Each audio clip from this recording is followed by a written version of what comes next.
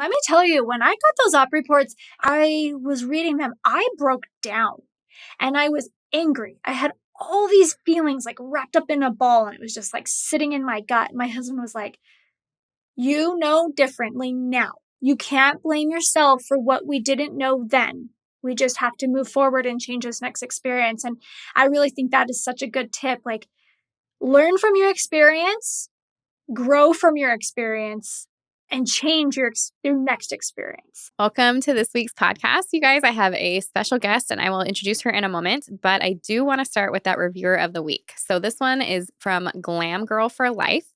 She says, I can't thank this podcast enough. I started listening to this podcast when I was around 30 weeks pregnant and listened whenever I had free time in the car, shower, washing dishes, etc. I'd been told by pretty much everyone that I wouldn't be able to have an unmedicated birth because of my extremely low pain tolerance. But this podcast gave me the mental strength I needed to achieve that, even in a scary situation. I ended up going to the hospital at 34 weeks, 2 days after waking up with a placental abruption. And for those of you that don't know what that might be, it's where your placenta tears away from the placenta wall and there's bleeding and all kinds of scary stuff that happens. She says, I ended up going from 3 centimeters to birthing my baby in 3 hours with no epidural. Listening to these podcasts and birth stories mentally prepared me in such a short amount of time. I had my baby in July 2023 and still listen to this podcast. I cannot stop recommending this podcast to every pregnant person I know. Thank you. What a crazy story, too. You're not alone. In fact, I'm really excited for Meagan, who is here with me today to tell her story because she's got some really interesting stuff in the background here. But with that, let me give a quick intro and then I'll have you kind of jump on and say hello and talk to everybody yourself too. But Meagan is a friend of mine. We found each other within the birth community and we've kind of been in touch ever since. And so that's been such a blessing. But she's also a wife and a mom of 3 and a birth doula. Her birth stories are what has brought her to where she is today. After having 2 cesareans that were unnecessary, she made it her mission to discover what options she had. After learning more about VBAC and then having her own VBAC, which is a vaginal birth after 2 cesareans, she and a friend started the company and podcast called The VBAC Link. Meagan shares stories from women all over the world every week, as well as has expert guests share more about their options on birth and VBAC. And we've had her on here before, so I feel like this is awesome because we're kind of coming full circle. We talked about VBAC and a bunch of that kind of stuff last time. This time, we get to drill into her a little bit more about her personal stories, and which is also VBAC related and pretty heavy, pretty awesome stuff. So with that, Meagan, say hi to everybody and tell me anything that I missed or anything that you want to say hello. Well, you didn't miss anything. You didn't miss anything. I really appreciate it so much. I love you and adore you so much. So it's so fun to always reconnect and be on the podcast again. Yeah, I mean, everyone talks about like, why did you become a doula? Why are you so passionate about VBAC? And I'm like, well, honestly, it's just because of my own personal experience. Like, I think that's where a lot of us go from, right? Being passionate about a certain topic because maybe we've had a less ideal experience before. And like you said, I had 2 unplanned and undesired cesareans. And that's sometimes hard for me to like think about. Like, I kind of get grumpy because I'm like, no, I didn't want those. But I also am very grateful for those because it's really what brought me here today to learn and to grow and to inspire women all over the world. So with my first C-section, I was the most uneducated person that you could probably think of. Really, though. I downloaded an app, found out I was pregnant, downloaded an app, and let that app tell me exactly what I was going to experience that week, how big my baby was, and whatever else it said. Not a lot of education, right? That's just really the fact. It didn't tell me a lot of things that I should be expecting through labor and how I should be preparing and questions for my providers and, just all the things that these birth courses out here in this world give us. I think it is so important to know that education is, if not one of the most important tips that you could have for birth. And that's not just VBAC. That is for any birth. And even if you've had 3 babies, you should be refreshing on birth and understanding how it's changed or what other options you have. And I just didn't do that. So when my water broke, I just ran off to the hospital because that's what I was told to do. And that's what mainstream media tells us to do. I mean, that I don't know. That just has how it was. And so I did. I went to the hospital and they were like, well, you're not really dilated and you're not really contracting. So let's make that happen. And they induced my labor. And I was so uneducated. I was young. I was maybe naive.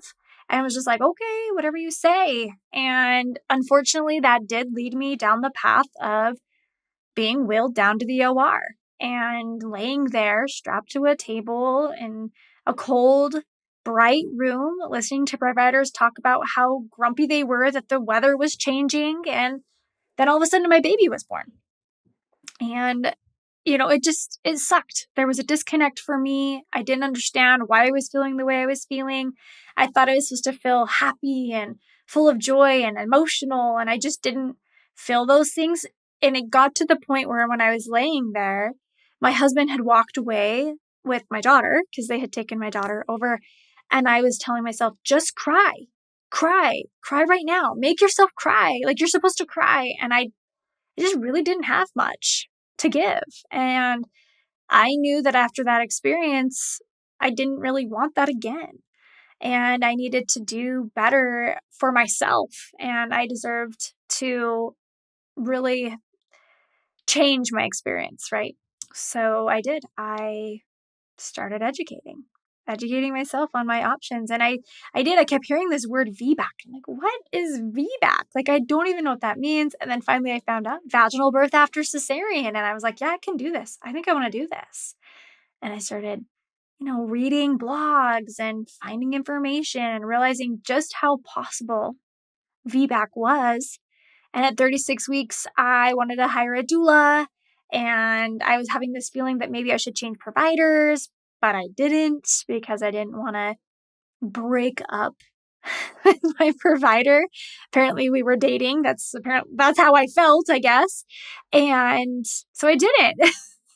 Right? Like, can you understand? Like, there's so many people that we hear stories where they're like, I just couldn't leave my provider, but they didn't support them. And it's like, why do we feel like we can't leave them? I just felt like I owed him something. And I don't understand that, but I didn't leave. And my husband and I got in a little tiff about hiring a doula. He did not agree with my choices of hiring a doula. One, he said they were expensive. You guys, let me just tell you, she quoted us $500 back then. $500. Apparently that was too much. I mean, looking now, I'm like, that is like a free doula.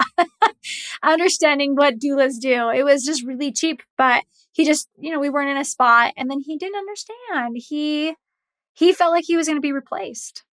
And that was unfortunate. I didn't want him to feel that way. That's not what a doula is. Just want to break that myth right there. Doulas do not replace their birthing partners, but we didn't hire a doula and my water broke again. I went in, much more like I took a lot more time, but I was still not contracting, kind of felt bullied into this position of going in. And when I got there, my nurse was a doula and she was amazing. Oh my gosh, she was amazing. We were doing all the things and then her shift ended and everything changed. The attitude, the environment, there was a shift and I felt it and my body responded. And that sucked. My provider came in and was pretty much like, this isn't going to happen for you. He told my husband to tell me to wake up and smell the coffee, like to just get a grip pretty much and go down and have a C-section. And I remember begging for just one more hour to make a change. Or I don't even know what I was begging for an hour. Like I didn't even know in my head what I thought 1 hour would do for me. But I felt that was the one thing, right, that I learned along my education is it was ask questions, ask for more time. It's okay to do that, assuming that everyone's okay. So I did, and nothing really happened. I feel like the contractions ran away. They just stopped. I never really felt them anymore. And walked down for a second repeat cesarean that I did watch in a mirror, which I know a lot of people are like, oh, I don't think I could do that. But for me, it's what brought healing and comfort, and I felt involved in that birth. And so even though it was undesired and unplanned, it felt healing. It felt comforting to know that I was really being involved in my own birth in a manner that I wanted to be involved. And it brought a lot of healing. But after that, that's when I started diving even deeper to VBAC, because I was like, I really don't want another. I knew I wanted another baby, but I knew I did not want another C-section. So that's kind of where a lot of my passion started growing even deeper as a doula client, because I became a doula after that. And as a mom, wanting to know VBAC information. I feel like that is a lot to unpack, and that's a lot for any one woman to have to take on. I know that we have both shared our stories in person with each other before, but we share a lot of similarities, unnecessary stuff, providers talking in the cesarean room, just I don't know. There's so much there, and even the water breaking and the induction stuff. And I'm curious, I have a couple questions. So with that first one, how many weeks were you when that water broke? Yeah, so my first one, you're going to laugh at all the coincidentals of these dates, but 39 weeks, 4 days is when my water broke, and I had my baby, because it was later night to day, 39 weeks, 5 days. Okay. And when you went in, were you having contractions before you went in? Did you have any contractions? Barely. I was I was barely having contractions. I kept telling my husband, I think I have to poop before we go. And he was like, okay. And then I'd go, and I'd sit there, and then they'd go away. And then in the car, I was like, I have to poop again. But really, it was just contractions. And I just didn't know what to Yeah. expect. Right. And it was more rectal, which coincidentally enough, that's how all my babies were. But yeah, I was barely contracting. Okay. So when you went in, what was the process? Did they vaginal exam immediately on Pitocin? Yeah, so they did a vaginal exam, and I was 1.5, 2 centimeters, and I was which to me seemed really good, but it wasn't really doing much. And so they're like, oh, we'll just let you weigh. And then after so long, they were like, it's not working. Your body's not doing it. We have to have a baby. Let's get you on Pitocin. And so then they induced my labor. Okay. And when they induced your labor, how were Pitocin contractions for you? And did you end up getting an epidural? And how long did that Yes. process take? Yes, such good questions. So, yes, they started Pitocin, and wow, I was like, what is happening? I definitely started feeling things quite quickly. And again, I was very unprepared. I did not know what my body had to even do to get a baby out other than reach 10 centimeters. I didn't know anything about effacement. I didn't know anything about stations, baby positioning, anything like that. I just knew 10 centimeters and I was going to have a baby. So yeah, I got an epidural because I was literally clinging to the bed like this, telling my husband, do something, I'm in so much pain, do something. And he was like, epidural? And I was like, no epidural. And he was like, that's the only thing that's going to help you. So I got an epidural, and I feel like as soon as I got that epidural and got that catheter, it was kind of like, oh, well, let's just bump it right up. And so they started really ramping up the Pitocin, but they didn't even do it for very long. I need to go look. I have my timeline, and it's, at this point it was 12 years ago, almost 13 years ago. And so it's a little skewed, but I want to say it was 11 or probably 10 or 11. And they checked me, and I was 3 centimeters. So to me, I was like, great change. But then by noon, I still was only 3 centimeters. And my baby had a couple decelerations, but nothing too concerning. And so they kind of threw that out there and oh, your baby's not very happy. And I'm like, okay, well, she looks really happy. She's still in the 160s over here. All is well. But it just came down to, well, it's been 12 hours since your water broke. You've been on Pitocin for this long. Your baby's had a couple decelerations. It's not going to happen. Your body doesn't know what to do. We have to have a C-section. And so by noon that day, and my water broke literally right before midnight. Uh, it was a cesarean. I was being willed down. Hmm. Yeah, that was Yeah, my question is how that cascade happened and you explained that exactly. So, exactly. And, looking back now, knowing what I know and seeing the pattern, and I'm not saying this happens for everybody, but seeing a pattern within my own doula clients, I got that epidural and my baby had some decelerations. That does happen sometimes after an epidural. And then she was fine. She recovered. And so I don't know if like they were using those. Like I don't know like in my mind exactly when the timing happened, but I knew it was after I got an epidural that they were like, "Oh, your baby's had some decelerations." So it makes me always wonder like, was that because of the epidural? Maybe I was dehydrated. My body wasn't responding super well, or that was its response. So, and I was yeah, getting really nauseous. That was another thing. I was really nauseous, which makes me think blood pressure. So right. yeah. Yeah, it really was. As soon as that epidural came into play, it was like boom, boom, boom, C-section.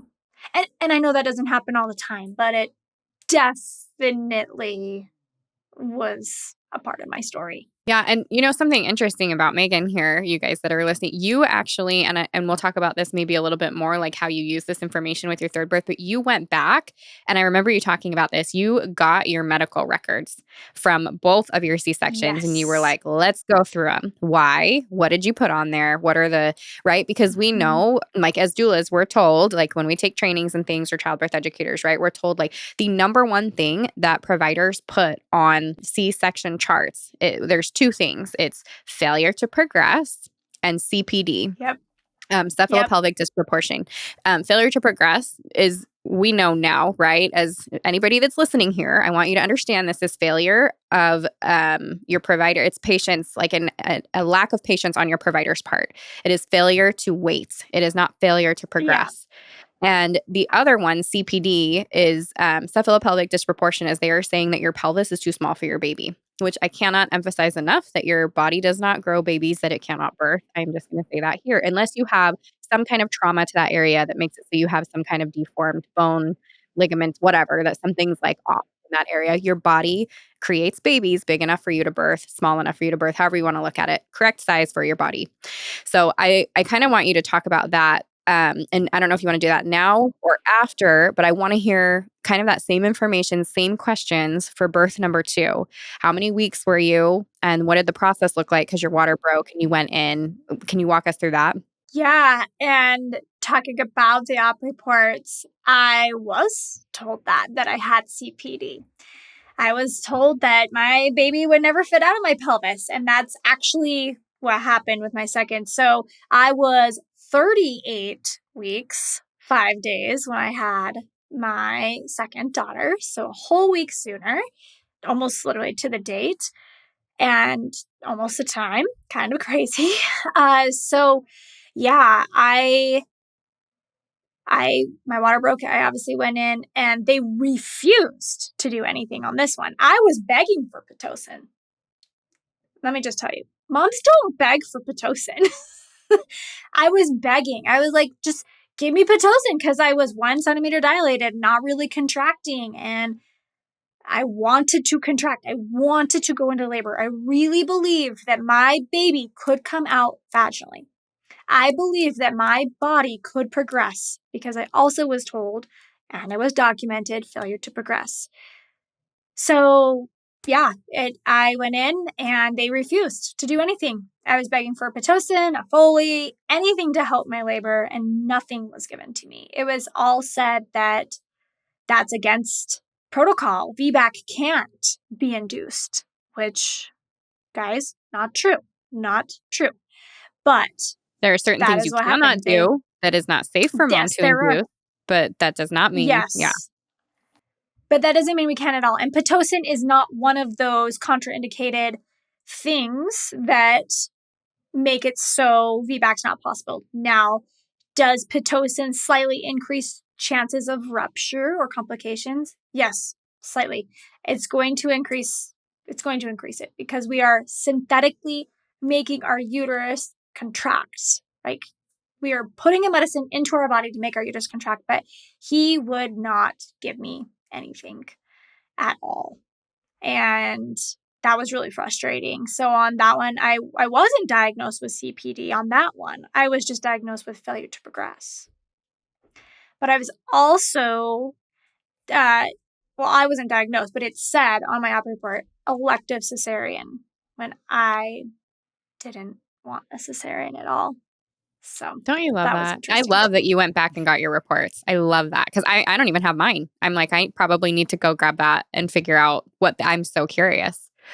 But Yes, you should. And for anyone who's listening, know that they usually keep those for 6 to 8 years, depending on your hospital. And some of them hold them for longer, but sometimes they don't keep them in their file. So go get it. I had to go to medical records at my hospital. I did go to my doctor's office, and he gave me the like weekly checkups, like what my fundal height was, what my baby's heart rate was, like their notes, but I didn't have the medical records from my office itself. I had to go to the medical records department for them to give them to me. mine are probably gone then. But now I am curious. I am going to go look into it. It's always worth asking, and I really do. I encourage anyone who's had a cesarean to have a better understanding what that provider said to you. And with my second C-section, words were said which impacted it impacted me more for my VBAC than I ever imagined. But he said, as I was on the operating table, it is so good that you did not VBAC. You for sure would have ruptured. Those are the words he said to me.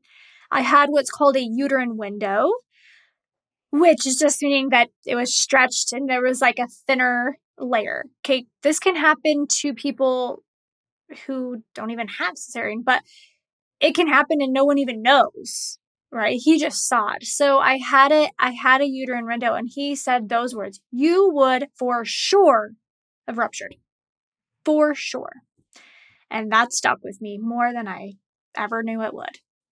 And of course it would. And then to tell a mom something so serious like that at such a vulnerable state, they obviously are not thinking of that in the moment. At least I really hope they aren't, because that would be extremely evil at that point to be actively understanding Right. what you're doing. But yes, I just had a conversation with another woman about this, like how we are treated during labor is what sticks with us, the things that are said and all of that. So that's huge. This provider for the second, did you have the same provider, same hospital? Yes, same provider, same hospital. And I wanted to switch, but like I said, I was like so nervous. I just felt like I owed him whatever. I don't even know what I felt like I owed him. Mm-hmm. I owed him the birth. That is what I Yeah. felt like, which goodness, dang, that sucked. I shouldn't have to owe him my birth and my experience, especially because he wasn't there. He wasn't there to remember and hold on to my birth experience. He was there to just catch a baby. But yeah, same hospital, same provider, and coincidentally enough, the same provider that caught me in 1988. Whoa, that's via kind of cool cesarean, and a little I should crazy. say. Oh, no way. Oh, Yeah. Meagan. Yep. Yep. And my mom was told her pelvis was too small with me as well, because apparently my big self at 7 pounds, 10 ounces, which coincidentally enough was my first baby's weight, was too big. That's Yeah. crazy. Okay, let's move Yeah. on to the redemptive part of this story and Yes. everything that makes you who you are today, honestly, and everything that you do. What changed for your next one? And what did that look like for you moving into this next birth? Yeah. So what changed is my education. I had become a doula at this point, so I had learned a lot more, even more than I thought I knew the second time with prepping for VBAC. So I learned a lot more. I had seen VBAC, which I think helped me a little bit. I had heard some more stories. There wasn't a ton of stories out there, hence the reason why we started the podcast. But I was hearing stories on the Birth Hour and some other good podcasts. And I was like, oh my gosh, I'm going to do this. I'm going to do this. So I had faith. I started preparing physically, and I was working out. I was getting good nutrition, really focusing hard on protein and good healthy fats. I was processing mentally. I was getting those op reports. And let me tell you, when I got those op reports and I looked through them and I was reading them, I broke down and I was angry. I had all these feelings like wrapped up in a ball and it was just like sitting in my gut. My husband was like, you know differently now. You can't blame yourself for what we didn't know then. We just have to move forward and change this next experience. And I really think that is such a good tip. Like, learn from your experience, grow from your experience, and change your next experience. And that is what I just felt so passionately to do. And then I decided to interview, actually, before I was pregnant, 12 doctors. Maybe a little ridiculous, maybe to some. Wasn't for me. I really needed to find that provider that was going to be on board with me and aligned with me and up to date with evidence-based care that really wanted this for me, just like I wanted it for myself. And so I couldn't settle for the providers that were like, well, we could let you try, or, well, you could, but these are my restrictions. Or, well, you couldn't get your baby out of your pelvis the first time and your body didn't dilate past a 3, but, if you go into labor spontaneously, maybe it will happen. Things like that. Or then I got the providers of, oh, if you were my wife, I for sure wouldn't do this. It's like, so frustrating. So it took me 12 to find the right provider. But I found a great provider.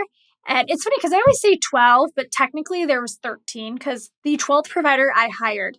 And I started care with him and it was amazing.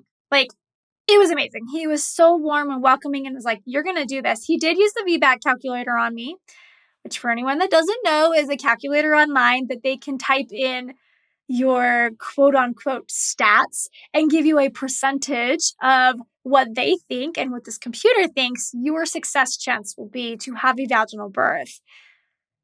Oh, big eye roll. Let me just tell you, I do not like it at all. So it was used on me, but because I knew that the calculator just really wasn't anything, I just let it go.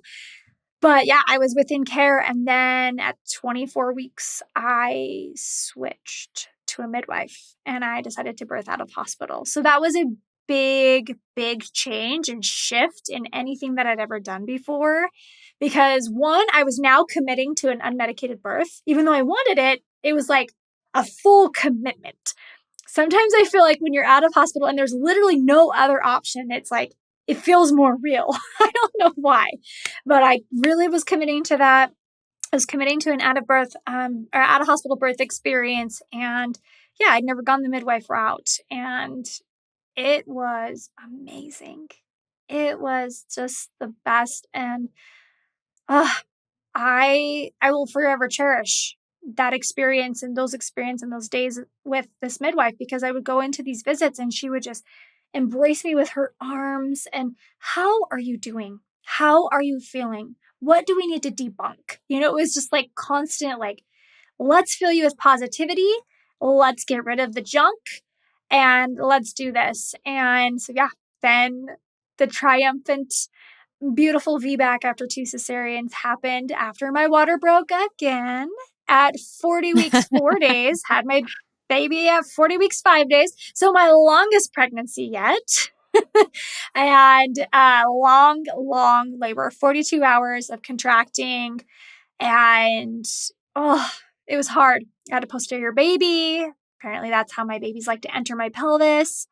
After taking Brittany Sharp's pelvic dynamic course, I realized that I learned some babies have to actually enter the pelvis in a wonky position to navigate down through. And I believe that my babies have to go in posterior. I don't know why. It's whatever the shape of my pelvis is, that's how it happens.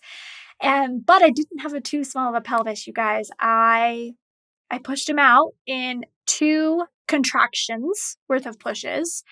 And so probably 6, 7 pushes, and pulled him right out onto my chest. And just, wow, it was just amazing. It was that moment where I just said, I did it. And I was just screaming.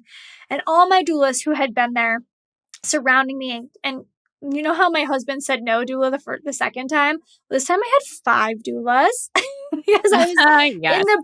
I was in the birth space and had doulas that are like, I just want to be at your birth. I just want to be there. Can I just come? And then I did hire a birthing team and I had some friends that were doulas. It was just so amazing. But yeah, after moving and grooving and trying to get this baby in a better position after my water broke and being at 4 centimeters for a lot of hours and then 6 centimeters for quite a few hours, I was feeling defeated in my labor, but that moment that I just pulled him up onto my chest and felt his squishy little body, and I didn't even hear him cry. He didn't really cry right away. He just was so calm, and everything in the world just felt right. I knew that everything that I had done leading up was what I had to do to get in that experience. And I will forever cherish it. And, going past even just mentally and physically prepping, there was so much more. Hiring that team, finding that right provider, following my intuition. Because with my other baby, I didn't follow my intuition. I didn't change providers. And, I think that this provider that I had would have been amazing, but I do believe that hospital policy would have trumped it at 42 hours, 36 hours of my water, like being solidly broken, because it was like trickling, but then solid broken, right? It probably would have been a cesarean. As you were saying that, that's exactly what was going through my mind. Like that, your out of hospital experience, vaginal birth would not have happened in the hospital. That is my I unprofessional, wholeheartedly do very not. honest opinion. Yeah, I wholeheartedly agree with you. I really don't think that it would have happened. And I don't want to try to steer anyone away that's feeling hospital birth, Totally. away from hospital birth. Yeah. But the logistics of my birth it just wouldn't have happened. I don't think it would have happened. Yeah, I very much hold that same story and belief for my third. It was very much the same, where it was longer and I had periods of rest and just things that I don't think would have been afforded in a hospital, particularly as a VBAC.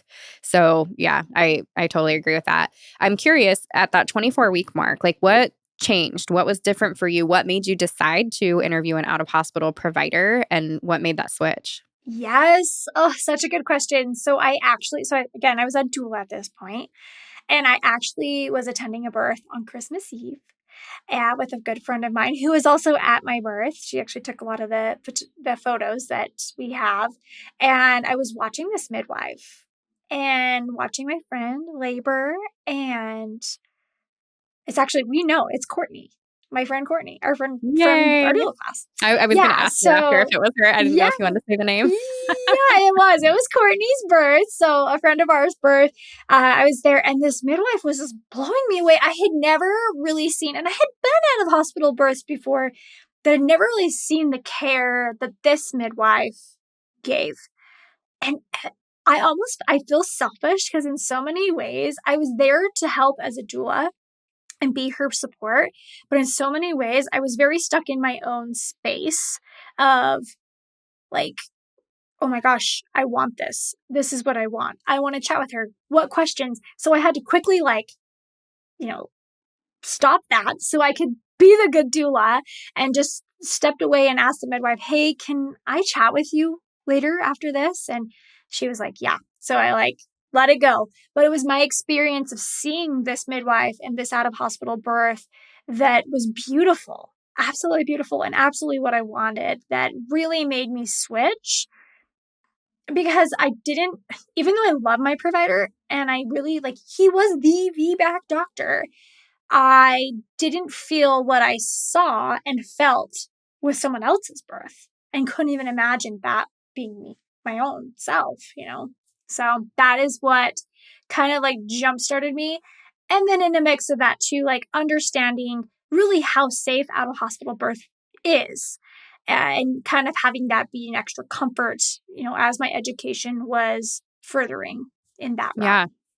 Yeah, that all makes sense. Tell me a little bit about, since we're talking about 42-hour labor, and I'm sure people's ears perked up when they heard that too, wait a second, and is that even safe? And your water was broken and all that. So what was your experience as you worked through that? Were the contractions manageable? What did you do to work with them? What kind of different positions, or did you use water, anything like that?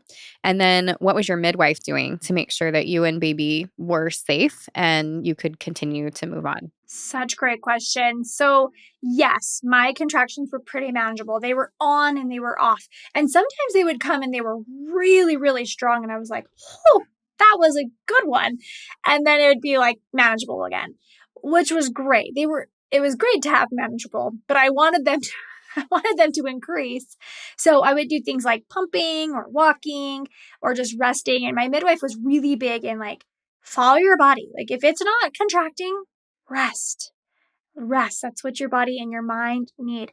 So I would do that. I also went to the chiropractor. I went and got adjusted, which was really great. And after I got adjusted, my contractions definitely picked up in a lot more, I wouldn't say active state, but consistent state. They really started getting more consistent.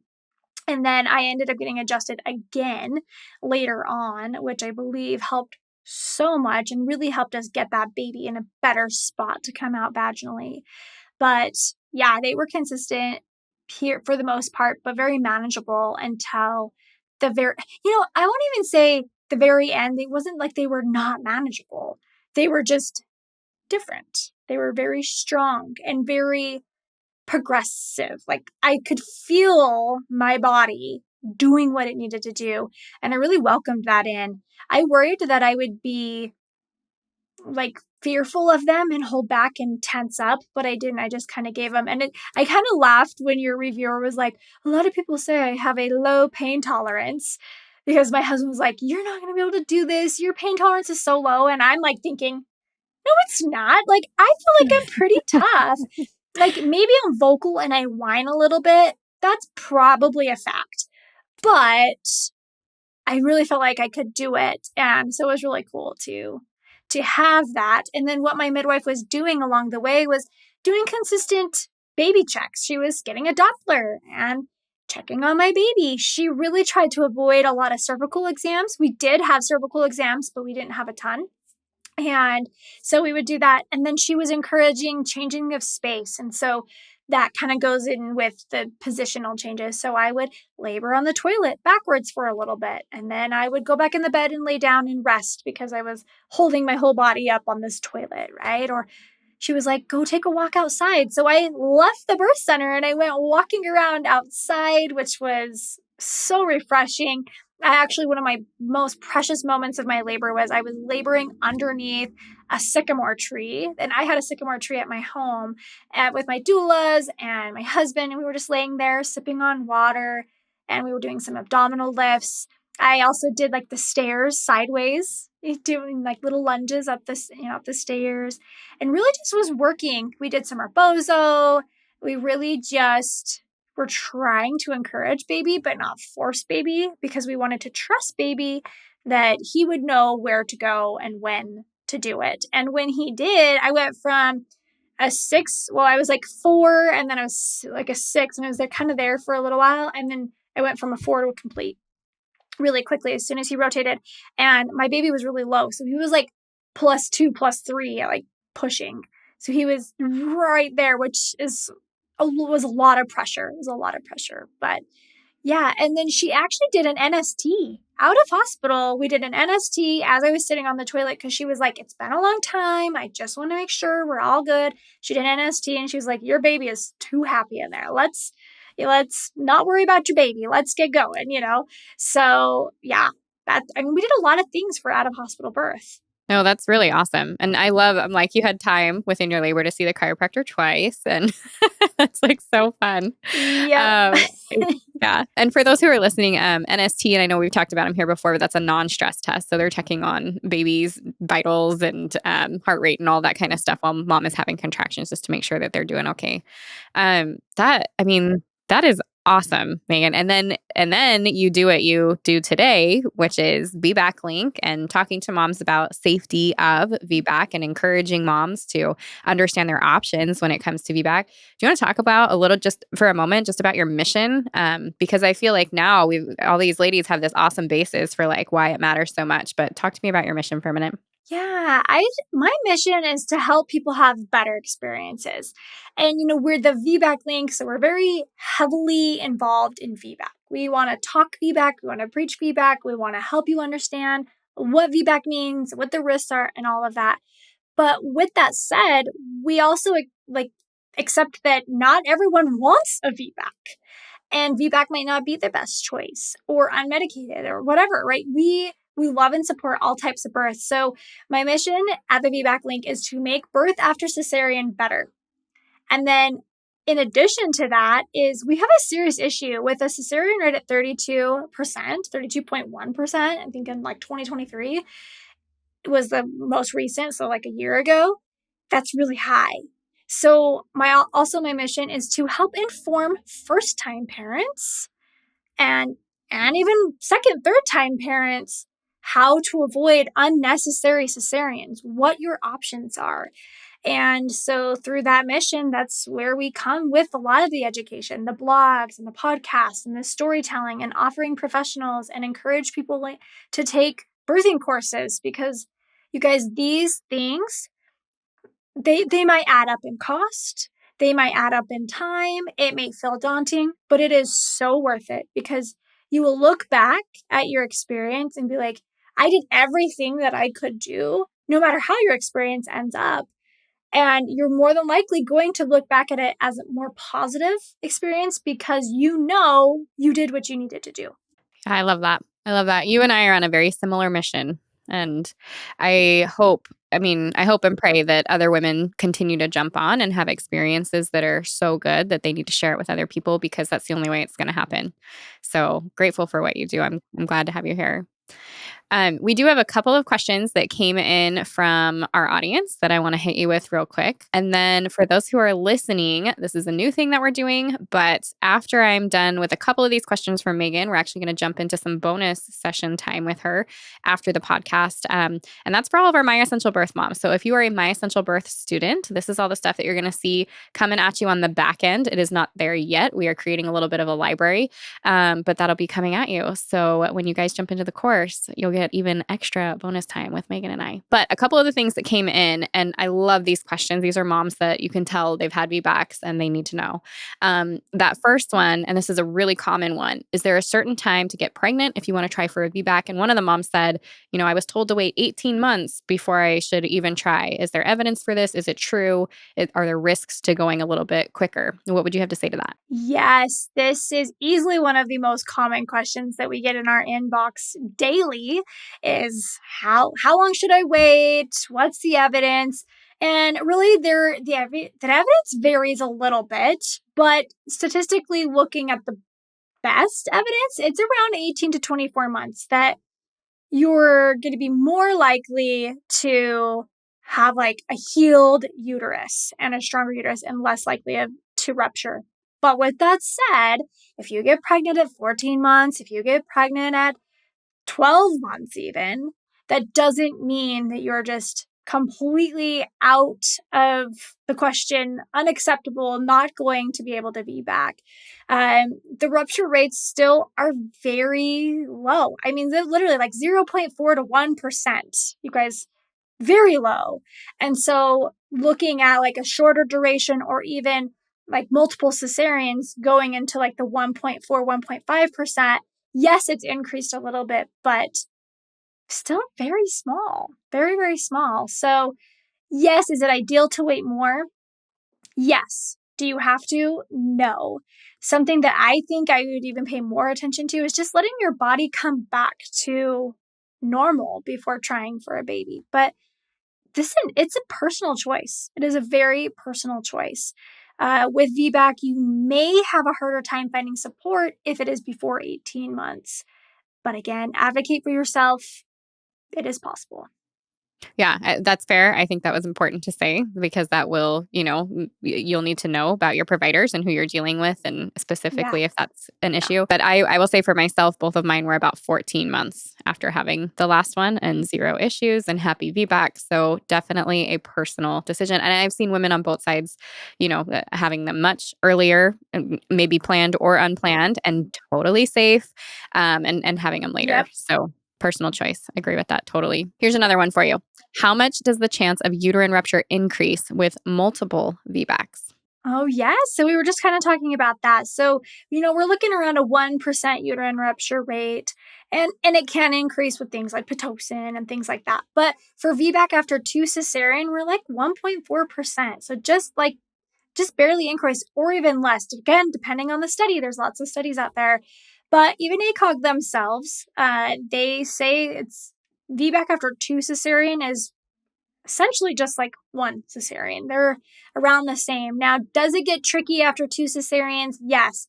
But let me tell you why. It's because we're not researching. We're not allowing people. And when I say allow, I mean, we're not even giving options to people for VBAC after 3+ cesareans. So we don't have that concrete evidence because it's not being studied very well. And so that's unfortunate. Each cesarean is going to slightly increase chances of things like uterine rupture because we are cutting into our uterus multiple times. We're then getting more scar tissue, things like that. So it is going to increase slightly with each cesarean. But even then, it's also a personal choice. It always comes down to personal choice, in my opinion, because we know people who have gone on to VBAC after 4 cesareans, 3 cesareans. There's 5 cesareans even on the podcast. So know that, yes, it does increase your chance a little bit. And after 3 cesareans, the studies are vague. There's not a ton of evidence, and you're more likely going to find that it's not safe for people to VBAC after 3+ cesareans. And again, it comes down to the lack of support that you're likely going to find within the provider world. And let me tell you, it aggravates me. It aggravates me so much to see that people just want to go have babies and do have, VBAC after multiple cesareans safely, but we're not supporting them. Yeah, and some of this leans on, right, insurance and providers being under a certain amount of scrutiny with their insurance or hospital policies or things like that. So understanding there's like a whole side thing that's happening that has nothing to do with the Yep. actual safety or efficacy of what they're doing. It's a side Yeah. conversation for sure. It really is. In fact, when I was interviewing the many providers that I was interviewing, I had one say, well, if you decide to come to me and you decide to be back, this is after 2 cesareans. He said, I'm going to have to sign a letter or sign a form and write a letter saying that you will not sue me because you have to understand I have a family. And I was like, what? But it really did help me understand, like, there's a reason they are restricted. They are nervous because it is a job for them. They do get paid. And there are situations And they like that can where lose insurance license doesn't over cover certain it. decisions. Exactly. Yes, you can. Yeah. Yeah. So again, it comes down to finding that right provider and knowing that, after multiple cesareans, you might have to jump through some more hoops. And it shouldn't be like that, but the reality is that it is. Yeah. All right, let me hit you with two more and then we'll dive into some other content here. Do most midwives, either in hospital or home, accept most patients who are planning a VBAC? I don't want to use an OB next time. Such a good question. And this is limited as well. It also depends on your area. So most midwives are able to accept VBAC, but there are certain states that have regulations where VBAC is not allowed for a midwife in hospital or out of hospital. We have some hospitals here where OBGYNs and the team and all of that have restricted the midwives in hospital to accept VBAC patients, even though they're in the hospital and they're overseen by an OB. They just will not let them.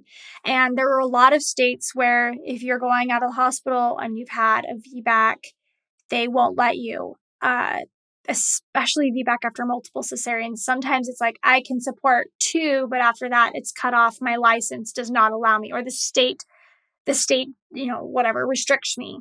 So yes, can you go to a midwife? Absolutely. I love midwives so much.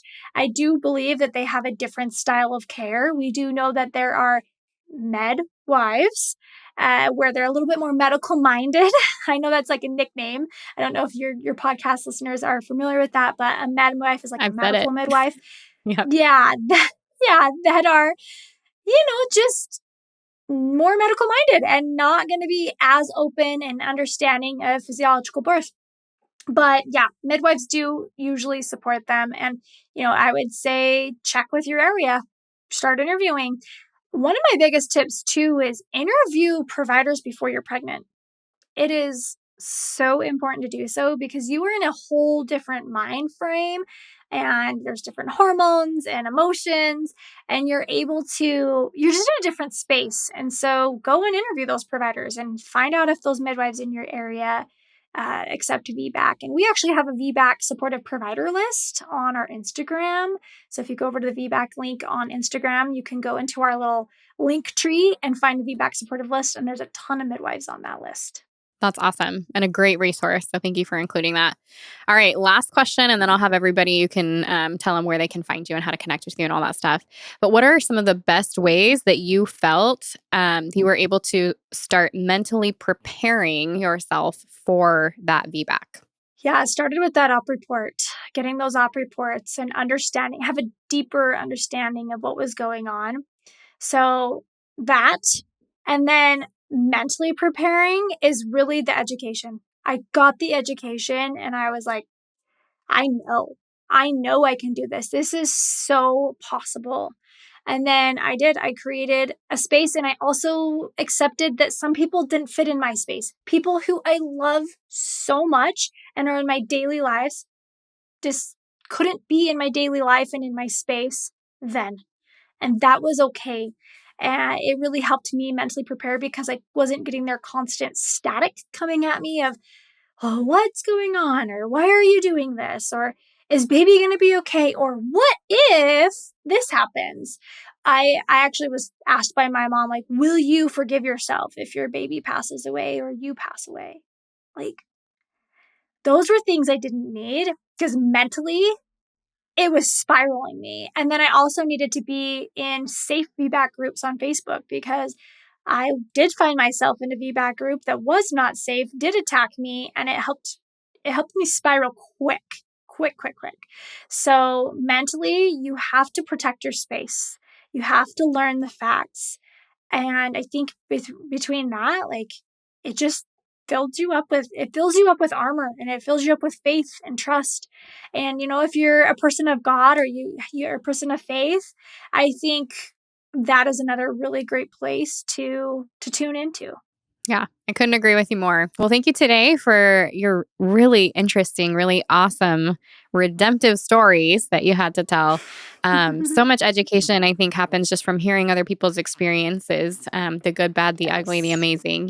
So, with that, though, I do want people to be able to connect with you and learn from you. So, will you share all the places that they can find you, please? Yes. So you can find us at the VBAClink.com. And if VBAC is a new term to you, like it was at one point for me, it is spelled VBAC, not VBACK.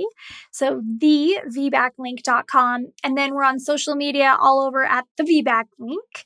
And on our website, we have our blog, our How to VBAC course, which for your listeners, I'd love to offer a 20% code for some like a specific VBAC course at birth 20 if they want to. And then the podcast, you can search any platform that you have the VBAC link, and you will find hundreds of stories of people who have come before you with similar situations, more than likely, and have gone on to VBAC and have better experiences after cesarean. Well, thank you, Meagan. You are a wealth of information, and it's just fun to have you here and connect with you again. So thank you for being here today. Thank you so much.